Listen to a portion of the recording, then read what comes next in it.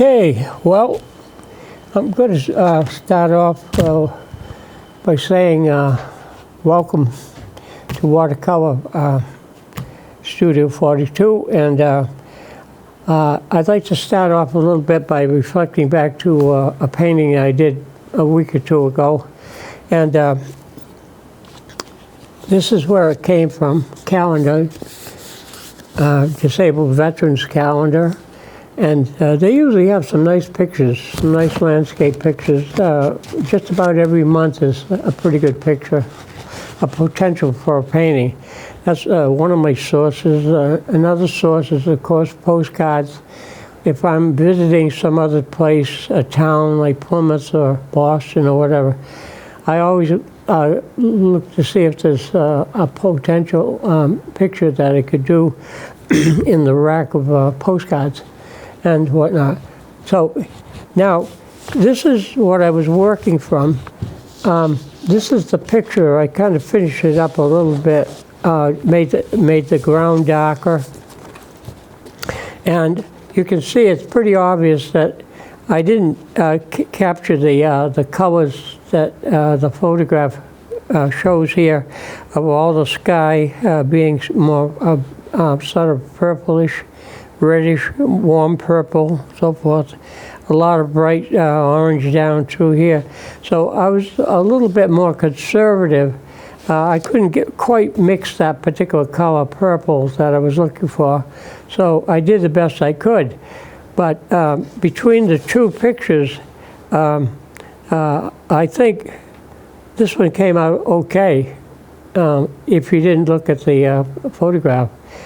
Some people say, "Well, you didn't match the photograph colors."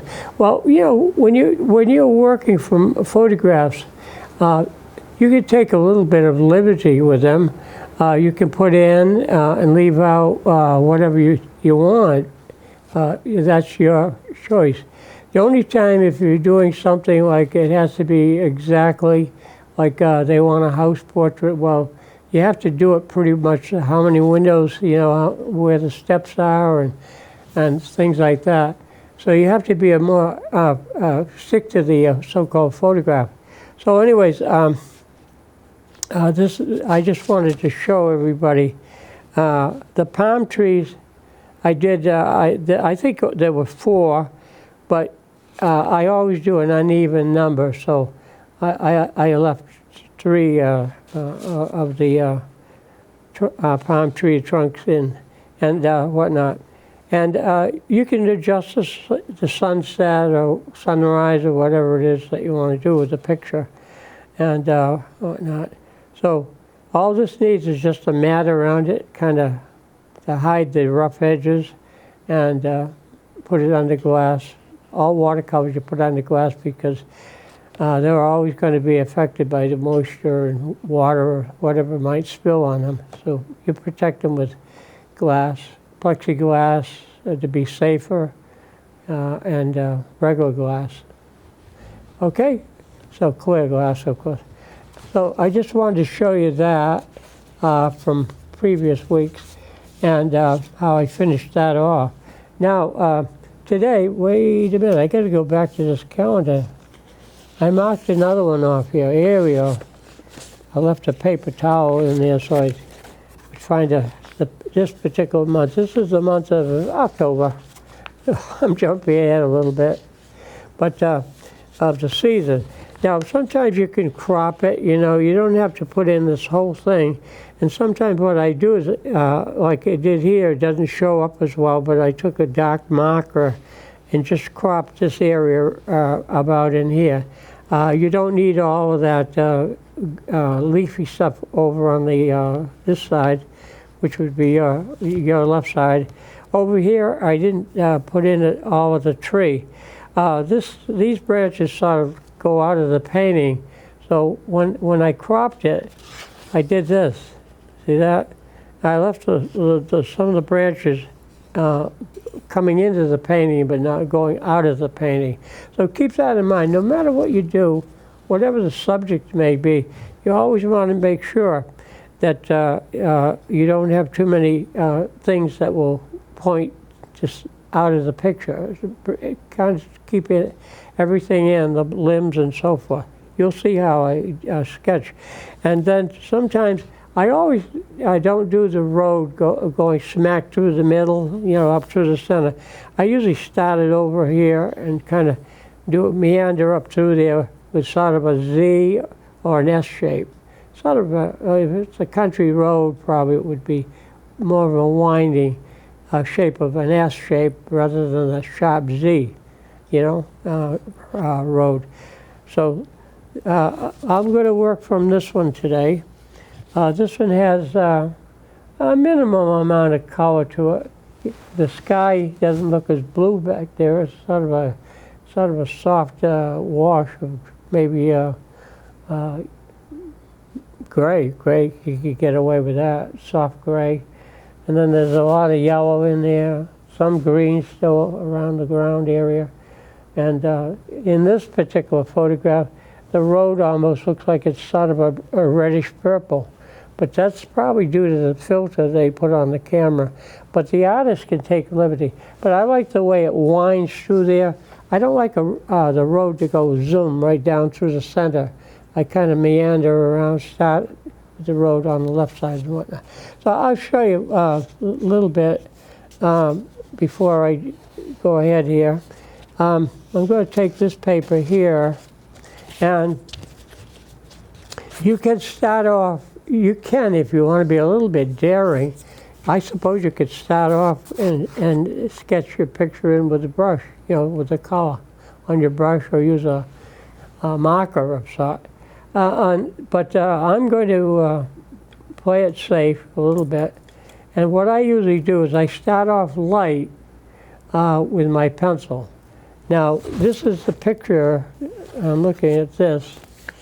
So I'm going to kind of put in the shape, a little bit of the shape of the trees here, and just indicate a little bit of a winding road.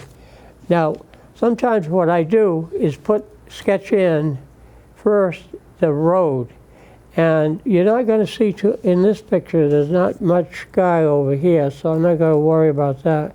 This is predominantly kind of a land ground picture, okay?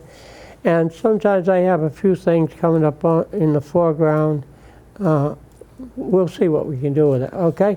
So now, I'm going to start over here, and I'm going to do this, like I said, light at first with the pencil.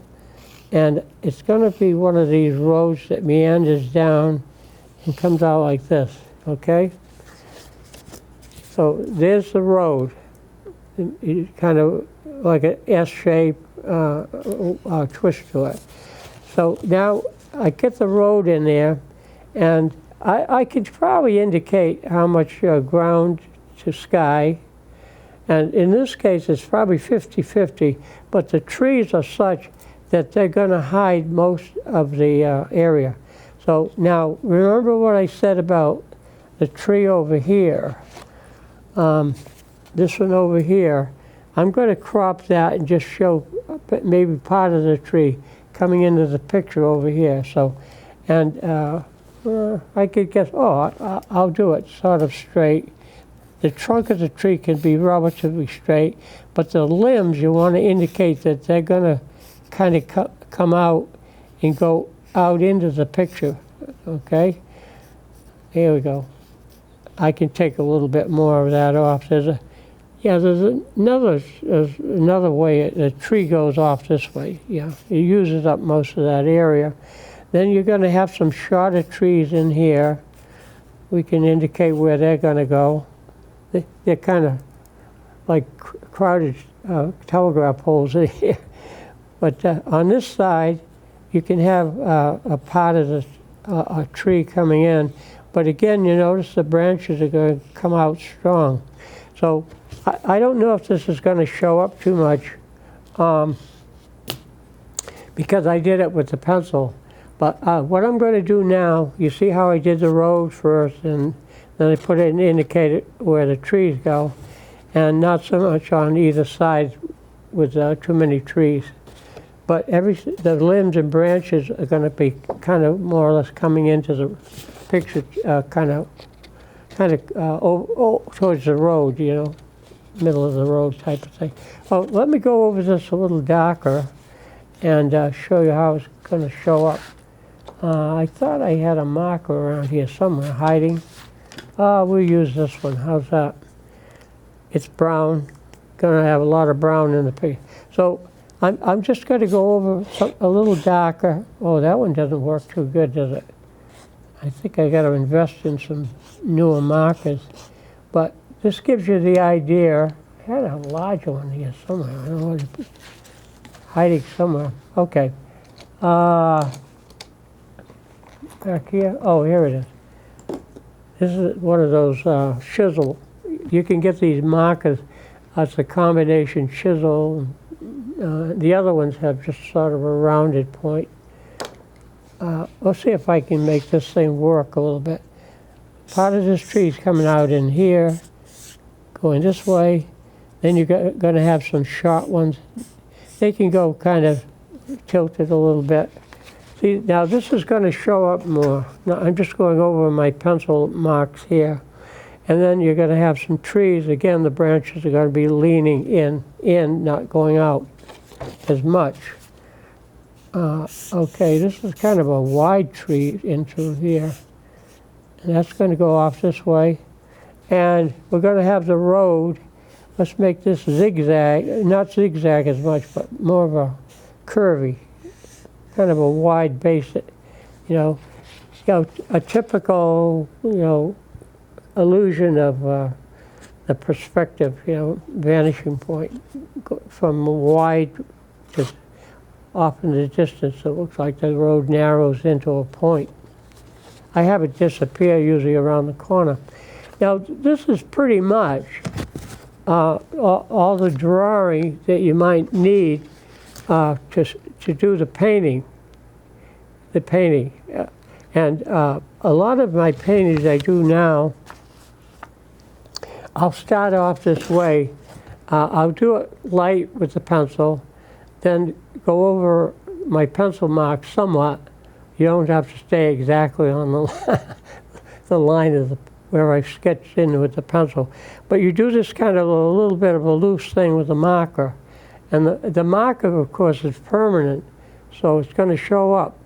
But let's say if you don't want so much of that black line to show, the outline, although that's becoming my new style of painting, and doing it with leaving the darker outline of things.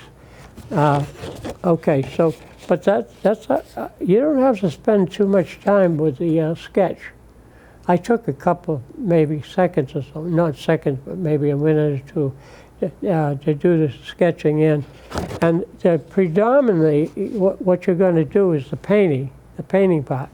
That's going to take a little longer, okay? So that's how you start off.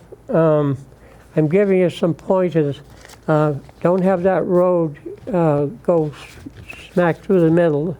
I've seen so many pictures like this, the path or the road cutting the painting right in half, right through the center. So you want to sort of do what I just did, sort of offset things a little bit more, okay? So let's see. We'll put this out here. I can refer to it. You can never say I copy anything because I don't.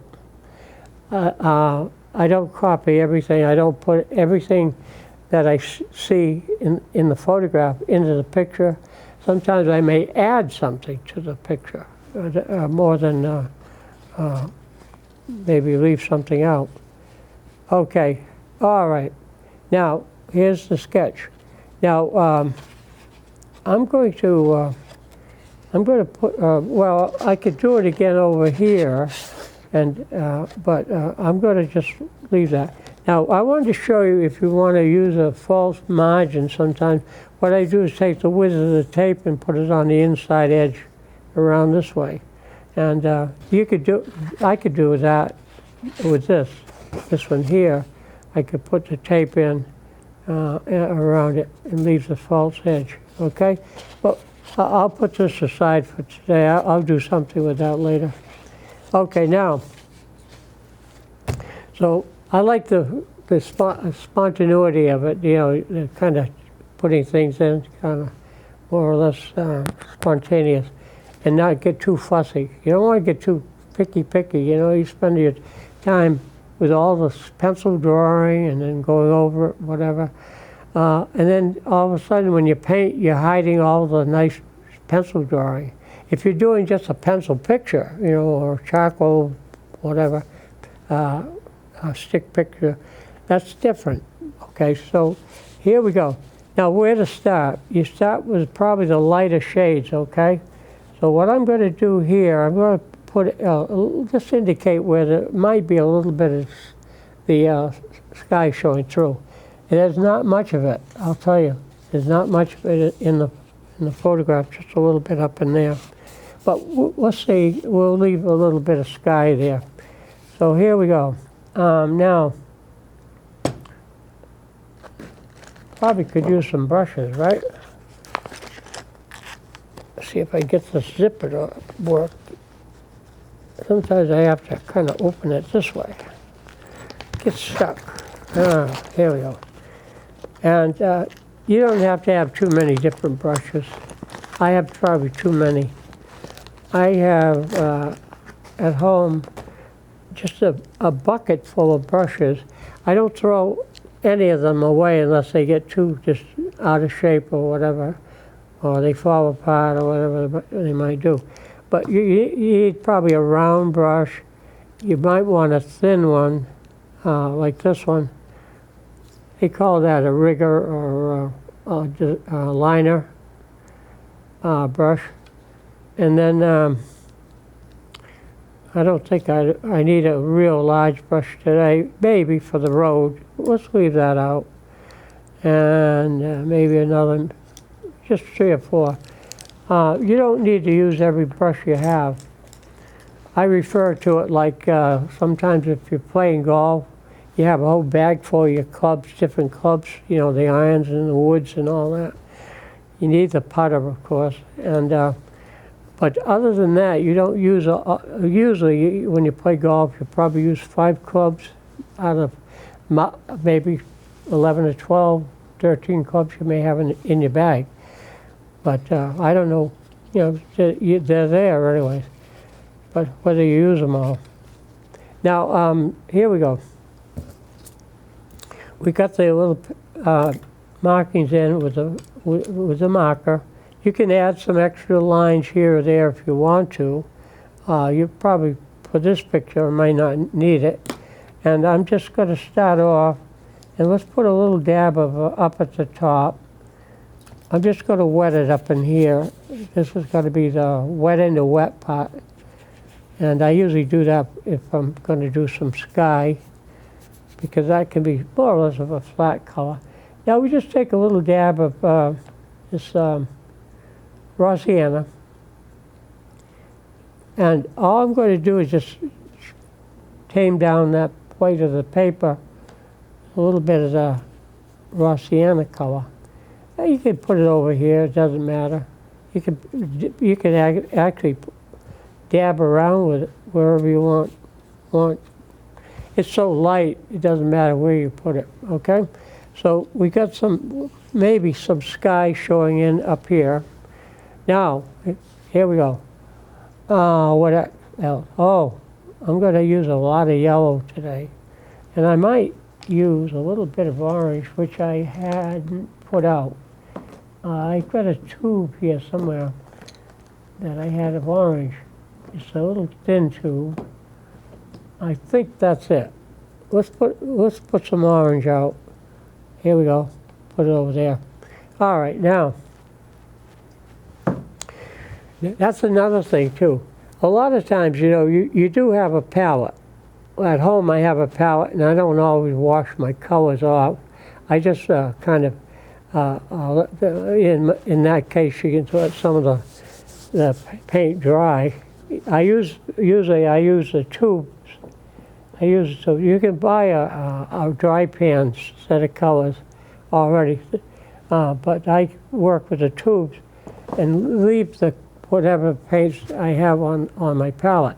Now the palette looks kind of messy, so I don't do that. If I'm doing a TV show, I have these little palettes that I use, and then I clean them up when I get home and start with a clean one at home when I do my TV show. Now here we go. Now I think I'm going to use one of these little, this one's a flat brush, 1 inch. And why don't we start off with some of this darker color. This one here is some yellow. I usually use Gamboge yellow. It has a little touch of orange in it, but not much. And we're going to put in some solid areas here. And I use a big brush because I don't want to get too bogged down. This is just a base, like a base color that you put underneath. And you can see in the photograph, you can see where the colors are coming in. I'm going to move this in a little bit more so the TV can pick it up. Okay, now, here we go. Some more in there. Some areas, there might be some dabs of color in here. Okay. Now here's another thing with watercolor. There's certain areas that if you're going to put another coat of another color or whatever, I sometimes let that base color that I put on, I let that dry out better. Now, if you're in a hurry and you want it to dry faster, you just take a paper towel or napkin or whatever, paper napkin, and you just blot it. So what you're doing is blotting the puddles, because the puddles are going to take longer to settle in and dry. Okay, so you just tap it in places where you might think it would take too long for it to dry. Just hit it a little bit, like that, okay? Set this aside, probably use it again, same towel, tissue, whatever. And then see what else. I don't need too much of that. You know what I might do is put a little bit of this ever so soft, let's put some orange in there, but I'm going to put a little bit of that raw sienna in my orange.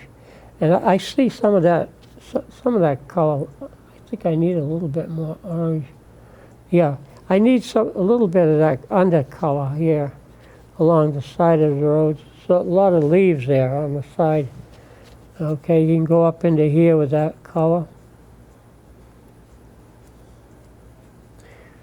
Now, they call me a liquid type of painter, you know. I paint, when I paint, I'm not fussy. I'm not picky, you know.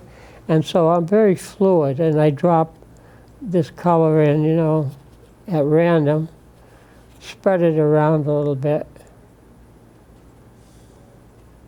I'm good at putting mayonnaise on bread, butter my bread, boom, boom, boom, you know, one of those.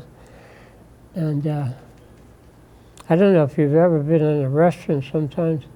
What they do, they use a regular brush, and that's how they butter the toast. I worked, but that was one of my first jobs when I was younger. I worked in an ice cream parlor, and I wasn't doing any short order cooking or anything. I was a dishwasher, so I consider myself a professional dishwasher now. And I tell my wife that all the time. Let me do the dishes. I know how to put them in the tray. I can get a lot of dishes into a tray. I got used to putting them in there in a hurry. All right. See how that works? And down here, you can dash. Oh, my gosh, I'm being too conservative here. Let's make a little darker color. We put some of that color in here. Now, here's the thing you want to keep in mind, too, is the distribution of color. And that's what gives your painting, kind of unifies the thing in the harmony or whatever you want to refer to. It sort of locks in that if you repeat the color at least 3 times somewhere, you know. That's what I'm doing now. See how I'm repeating that shade? It's sort of like a triangle. I'm working off of a triangle. Now, my style is changing a little bit because I can't get too fussy anymore with all that fussy detail. So I've been working with heavier lines, using markers to start off with, and using a big brush, use a bigger brush to work with. You know, if you work with a little tiny brush, and a lot of times when folks are starting off, they buy us these very thin little brushes. I don't know if I got one here that, well, something like that. That's real thin. That's really a liner, or they call it a rigger and so forth, or a design brush. But that's all for the real fine lines, you know, that you might put in for stems on flowers and stuff. Anyways, so when I'm working, I could go real heavy with color and less water on the brush, like I just did now. Again, I'm repeating that shade. 1, 2, maybe 3 places. It could be more than 3. You can go 5. I don't usually push beyond too much 5 with any colors, the same color. Okay, see how that works though? You kind of dabble around a little bit. Now again, if you think something's not going to dry fast because you got too much paint and water there and it's a little bit of a puddle, you can take your paper towel and you can just pat that very, very carefully. Okay, you pat that and pick up some of those puddles, little wet spots. Sometimes I use it. You take the also the paper towel, pinch it a little bit, and use it like a Q-tip, and you can put some little dots and dabs in there. Add some little texture this way. See how that works with a paper towel? Just roll it up a little bit, and you can eventually put in some more different texture. Now, continuing on here, here's the road. Kind of has a couple of marks, the car tracks on it. We'll just leave that a little bit lighter. And I may not go so much into the pink with this. I might make that road a little bit less pinkish and probably a little bit more orangey than pink. Okay? Now, if you want, you could introduce a little bit more orange straight. There's a lot of orange up in here. You can see it. Again, where'd I put that tube? Over here somewhere. Put it back in the pile or something, I don't know. But, oh, here it is. Good. You can put out a little bit more orange. I'm being very conservative. I'm just putting out a little speck like a dime, shaped the size of a dime. But you could take some of that straight and you can tap around with that. Again, repeating it. 1, 2, 3. Maybe a little bit more into here. Whatever, you know, distribution of the color. Down in here, possibly, you might want to add a little bit more orange in this texture here, like leaves on the side of the road. Okay. Now, if that's a little bit too heavy here, I could still use this one. Just blot that up a little bit. And sometimes you can put some of the, like a highlight back into the painting by tapping it. Okay. 1, 2, 3, 4, 5 different places.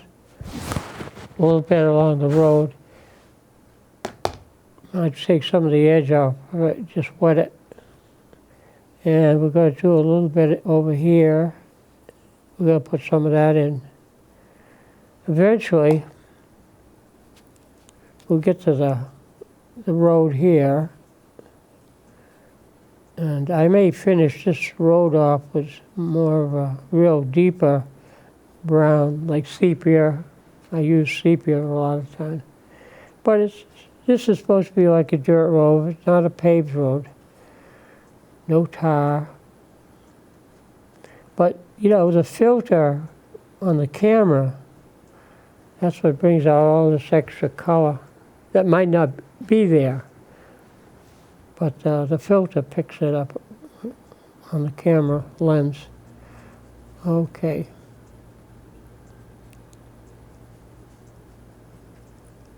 Now some of this can be all filled in solid color.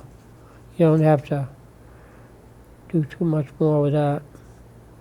I'm going to probably dab with a little brush later and put some of the pebbles or actually some of the maybe leaves. Leaf texture along the road. We can do a little bit more. Now, where I haven't put the tape around there to create a false matte, you can go right to the edge. Go right down, you know, so it's not a white. You don't have to worry about it. Just paint off to the edge. Go right off the paper. Okay, let's give it a little bit, a dab over here. So you don't see so much of the white paper.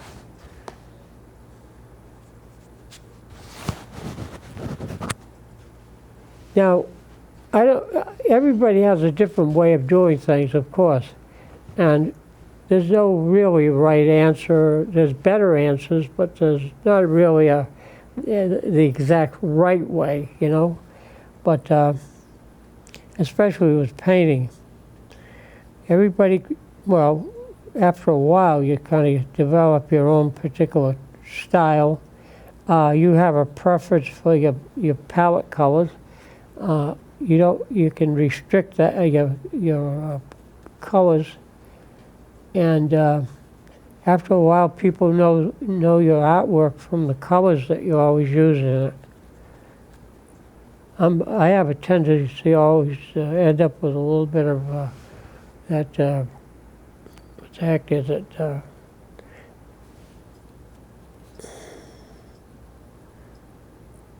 Purplish. Quinacridone rose, which has a little bit of red into the blue. Okay, here you go. They also call it alizarin crimson. Yeah. Okay. Now you see, you can leave some white in there, but you can get too carried away and don't make it look like little flakes of snow, you know, in there. And let's say, for example, this is the picture they put in for the month of October. If you don't want to jump the season of the year, you can make it look like spring. You can make it look like a summer picture. The only trouble is summer painting. Sometimes you can get carried away. You put too much green into it. You can put too much green into it. And you have to be careful you don't overdo it.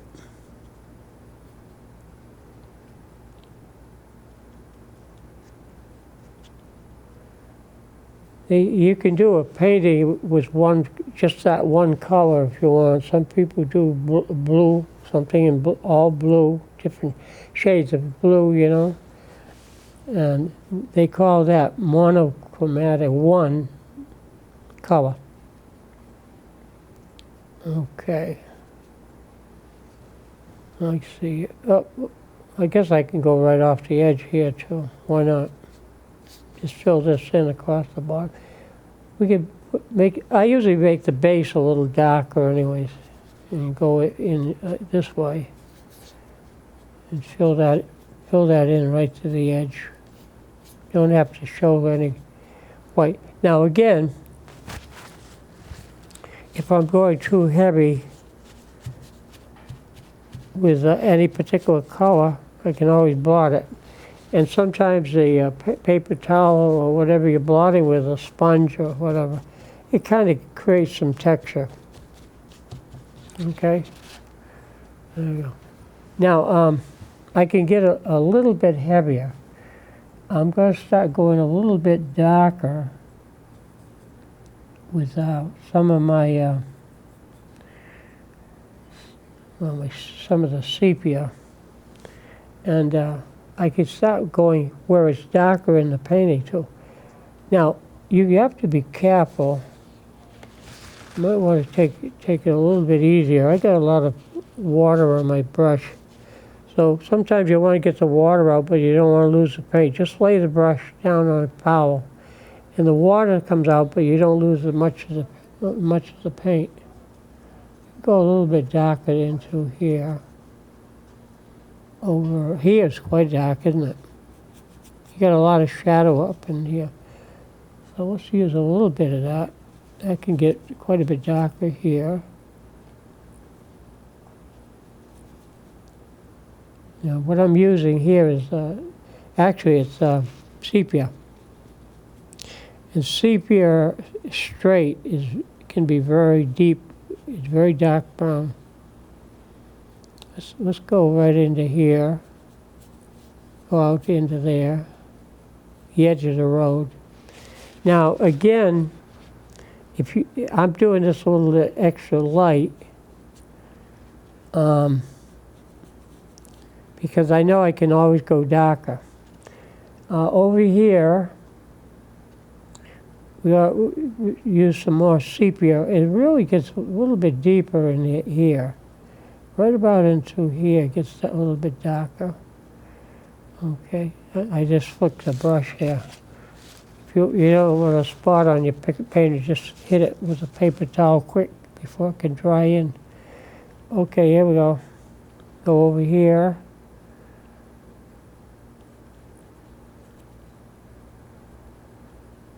Again, I'm just kind of dabbling around. Usually if you're doing an outdoor picture with leaves, you don't have to be overly fussy because they kind of go everywhere.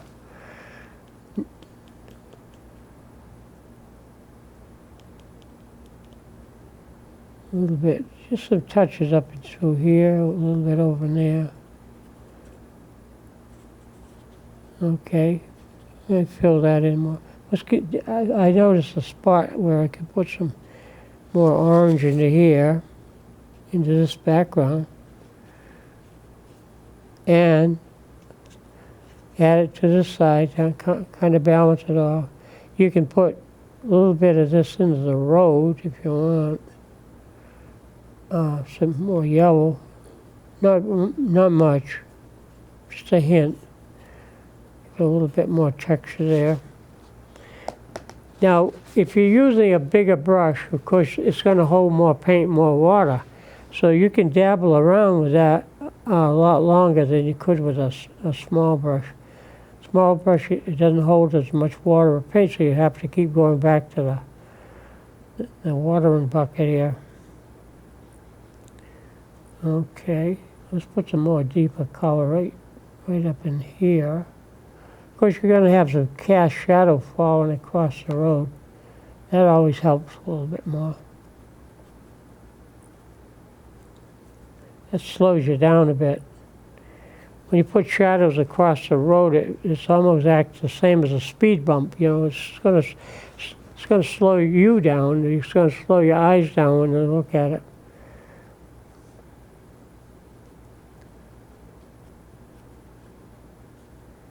Okay. Yeah, a little bit more maybe there. Yeah, if you don't like it too heavy and through here, you want to show some more of that yellow coming through. You can take your brush,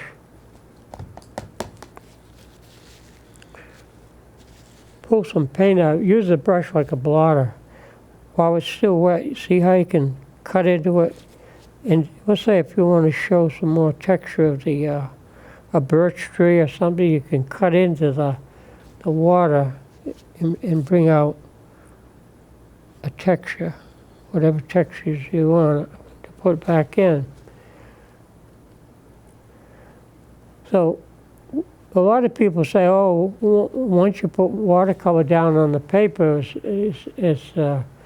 it's not forgiving. But you know, if you catch it fast enough, you just blot it, it's not going to sink into the paper that fast. Okay. Just jumping around here a little bit. Now, I'm going to let some of this dry out a bit. And I think I'm going to go back into it. Eventually, I'm going to tap the brush into that and bring back some of the leaf texture that, you know, the fallen leaves on the road. Okay?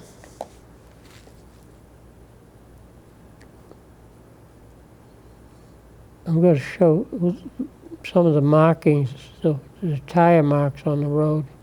It's got to be left lighter. I'm just going to push some color around it. Put a little bit of a heavier something in the middle here. Just a little band of dark color. I mean, I'll get those tire marks showing up a little bit. Now, we're at this. And I'm just looking to see where I could start coming back and start going just a little bit deeper. I know I'm going to make this a little bit darker in here on the trunk of the tree. Make that come out a little bit deeper through here. Okay, cut that in there. Now, if you don't what you don't want to do is fuss with it too long. You know, if it looks okay, you can just kind of leave it. Don't keep trying to rework it. I could use a smaller brush. I'm just using this brush on the edge, but you can actually go back and use this little liner, because there are going to be some branches in here that are going to be very thin. You have to be careful you don't get too carried away with some of it. Pick it up a little bit.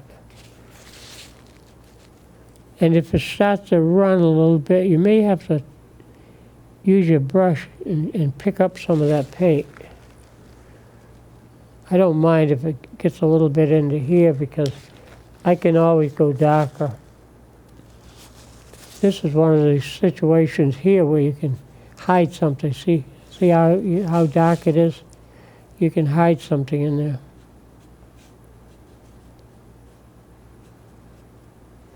Okay, now I can come back.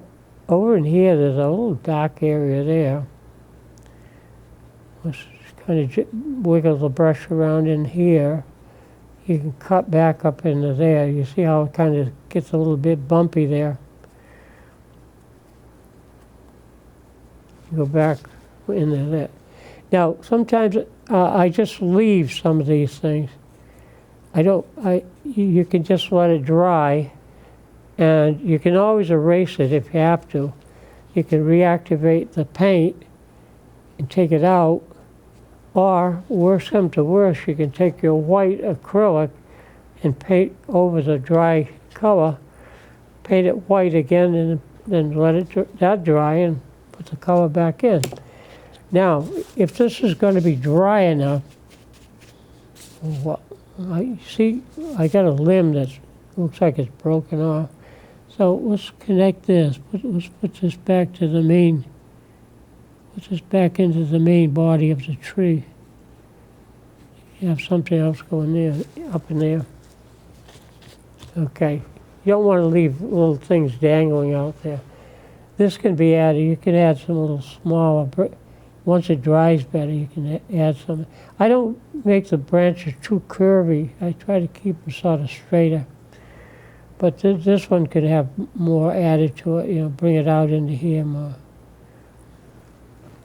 I'm not going to touch it too much. I want it to dry so that if you start painting something with a thin line on wet paper, the thing sort of gets fuzzy. And you can't keep that sharp edge. This could actually go right off the page here, right there. Oops, a little bit more paint on the brush. You can just pull that right up in there. If you want a little nest of something up in the tree, you can put that in if you want. This shows up too much, blot it, quiet it down. But you do want your limbs are all kind of connected in. Now we can do something along the side of the road too. You can have like little brush, you know, you can put texture in here, break that up somehow. It could be rocks or something, or whatever you want to add. Put some grass in there, in the foreground. I usually fill it in around the base, like this. It kind of takes some of the linear stuff away. Okay, if you don't like that blob there, see if I can pick up some of it, make it light. Oh yeah, I can take it out. You can take it out, and you could use a brush, take a smaller brush, maybe one of the round ones, and anything you don't want in there, you can erase it. Use the brush to erase it. I'm going to go off a little bit with some shadow here too. Pull that out. We can go around the edges a little bit with some shadow on the road. Yeah, sort of hides some of the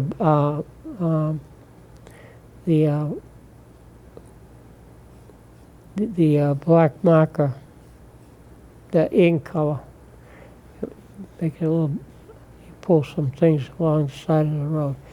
Now we could show some cast shadows across the road when it's drier.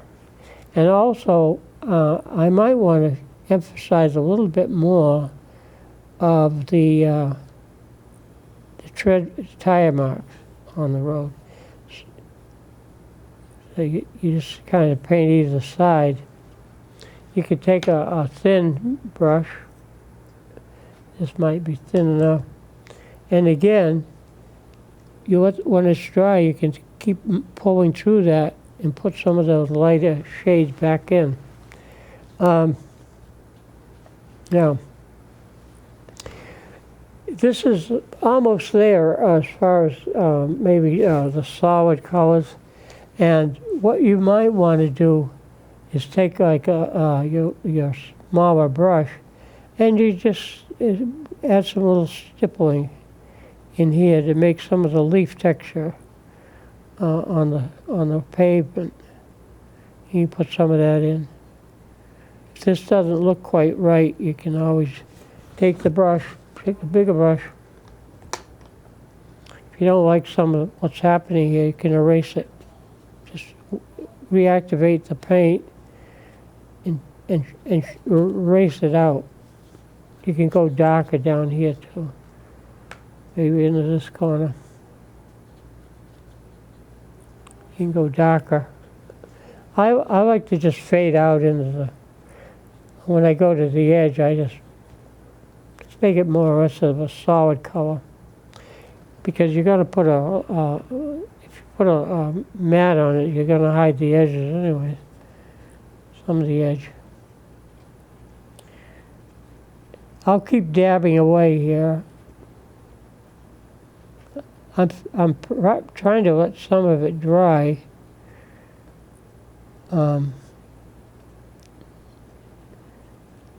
Because when you use them, go back and use the markers again, it has to be on the dry paper.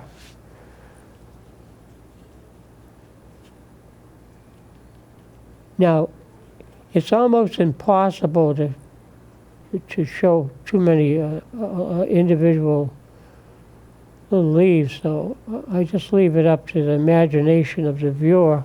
I put enough little dots in there to suggest it must be leaves.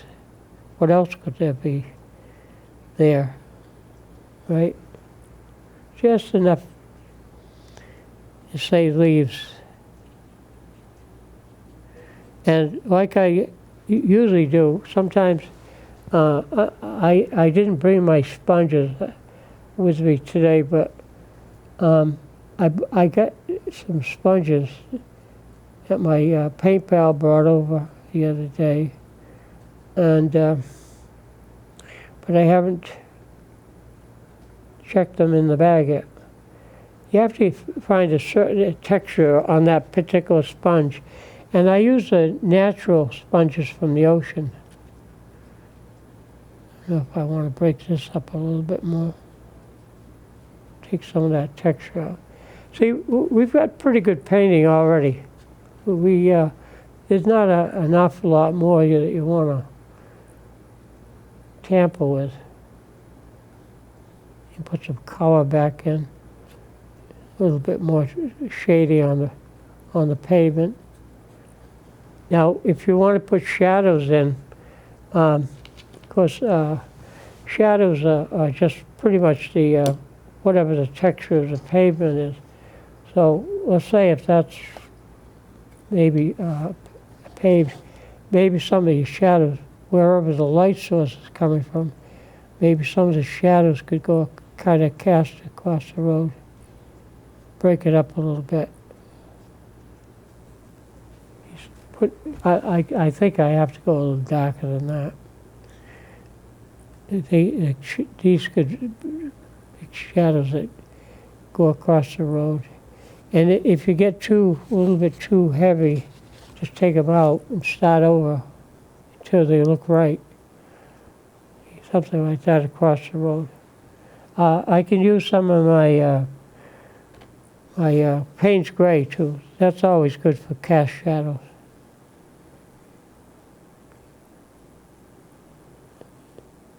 I think it's too wet right now. I'm being overly cautious. But you get the idea how shadows go. Now, if you think it's too dark, you hit it fast, and you can pick up some of that color, lighten it up. And if you can't pick it up, you know what you do? You blend it out before it settles into the paper too much. Yeah, until you get the effect you're looking for.